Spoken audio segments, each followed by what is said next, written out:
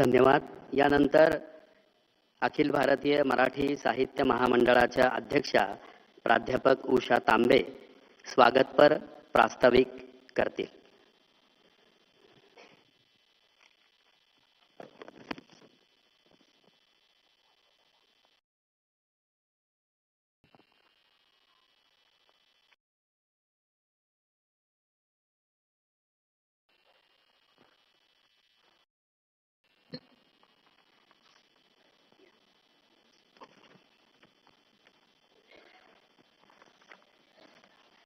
नमस्कार।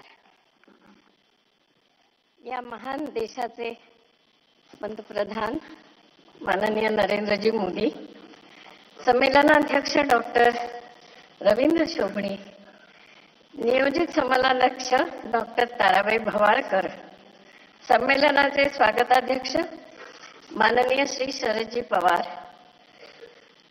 आयोजक सरहद संस्थेचे कार्यकर्ते आणि आपण सर्वजण, या सर्वांचं मी अखिल भारतीय मराठी साहित्य महामंडळातर्फे या संमेलनामध्ये मनपूर्वक स्वागत करते।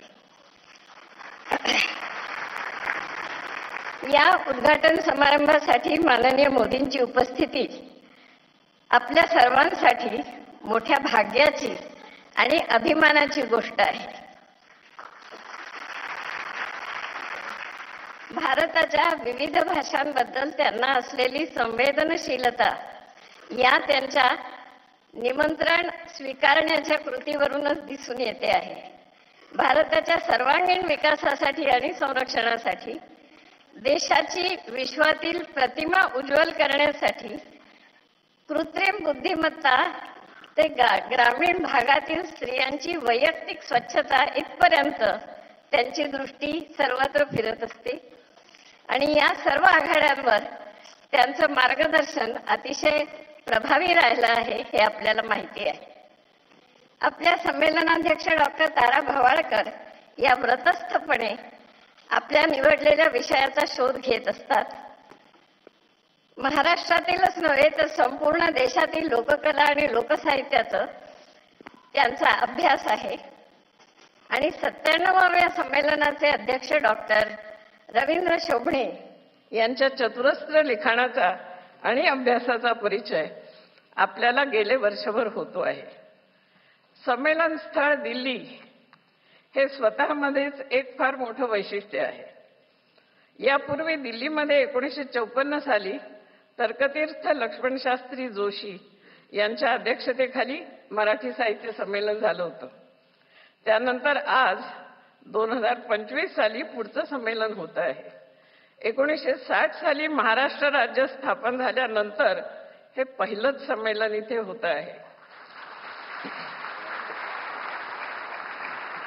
मराठी भाषेला केंद्र शासनाने मराठीत अभिजात भाषेचा दर्जा दिल्यानंतर आणि तसाच शासन निर्णय महाराष्ट्राच्या हातात आल्यानंतरचं हे संमेलन आहे, त्यामुळे त्याचा विशेष अभिमान आणि आनंद आहे। पूर्वी अशी एक म्हणायची पद्धत होती, दिल्ली ते अभी बहुत दूर है, पण अब दिल्ली दूर नाही म्हणायला लावणारं हे संमेलन आहे असं मला मराठी मनाचं देशाच्या राजधानीशी असलेलं नातं जवळीक आणणारं हे आपलं संमेलन आहे। हे संमेलन महाराष्ट्राबाहेर आयोजित केलेलं असल्यामुळे परिसंवाद, चर्चा, मुलाखती यांच्या स्वरूपामध्ये थोडे बदल केले आहेत। विशेषतः महाराष्ट्राबाहेरील मराठी लोकांच्या मनात जे प्रश्न आहेत किंवा जे त्यांना ऐकायचं आहे त्याबद्दल आपण काही सांगावं असा आम्ही प्रयत्न केला आहे आणि त्यांचं ऐकून घ्यावं हेही आमची इच्छा आहे। अनेक चाकोरी बाहेरील कार्यक्रम योजण्यात आले आहेत। भारतीय भाषांमधील भगिनीभाव सिद्ध करणारं बहुभाषिक कवी संमेलन आहे। अनुवादांवर चर्चा आहे। कृत्रिम बुद्धिमत्ता आणि नवनिर्मिती यांचा संबंध शोधण्याचा प्रयत्न आहे आणि ज्येष्ठ मराठी लेखिका आणि प्रकाशक यांचा सत्कारही आहे। ग्रंथदिंडी आज केवढी जोरात झाली ती आपण पाहिली। मराठीतील आता ग्रंथनगरीचं उद्घाटनही झालं आहे आणि मराठीतील अनेक प्रकाशकांची पुस्तकं इथे आपल्याला एकत्र पाहायला मिळणार आहे. या व्यतिरिक्त कवी कट्टा, प्रकाशन कट्टा हे अतिशय लोकप्रिय कार्यक्रम आहेतच. प्रत्येक अखिल भारतीय साहित्य संमेलन, मराठी साहित्य संमेलन हे सर्वसमावेशक व्हावं असा आमचा प्रयत्न असतो. दिल्लीच्या या संमेलनामध्ये बृहन्महाराष्ट्रातील आणि खुद्द दिल्लीतील कवी लेखकांचा मोठा सहभाग आहे. त्यायोगे मराठीचं महाराष्ट्राबाहेरीलचं चित्र आपल्याला दिसेल अशी आमची अपेक्षा आहे.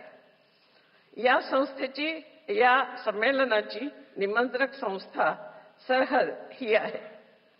देशाची राजधानी असलेल्या शहरात एवढ्या मोठ्या प्रमाणात कार्यक्रम करणं हे अजिबात सोपं नाही. प्रशासकीय शिष्टाचार असतात, सुरक्षा व्यवस्था असते. हे सर्व अडथळे ओलांडून असं एक मोठं संमेलन उभं करण्याबद्दल त्यांना मी आधीच धन्यवाद देते. आणि त्याबरोबर आपल्या जबाबदारीची आपल्याला जाणीव करून देते की त्यांच्या या प्रयत्नांना खरोखर दाद द्यायची असेल तर सर्व कार्यक्रमांना आपण मोठ्या संख्येने उपस्थित राहावं आणि त्यांना प्रोत्साहित करावं ही विनंती. पुन्हा एकदा सगळ्यांचं स्वागत करून मी थांबते. धन्यवाद. धन्यवाद उषाताई. लाभले आम्हास भाग्य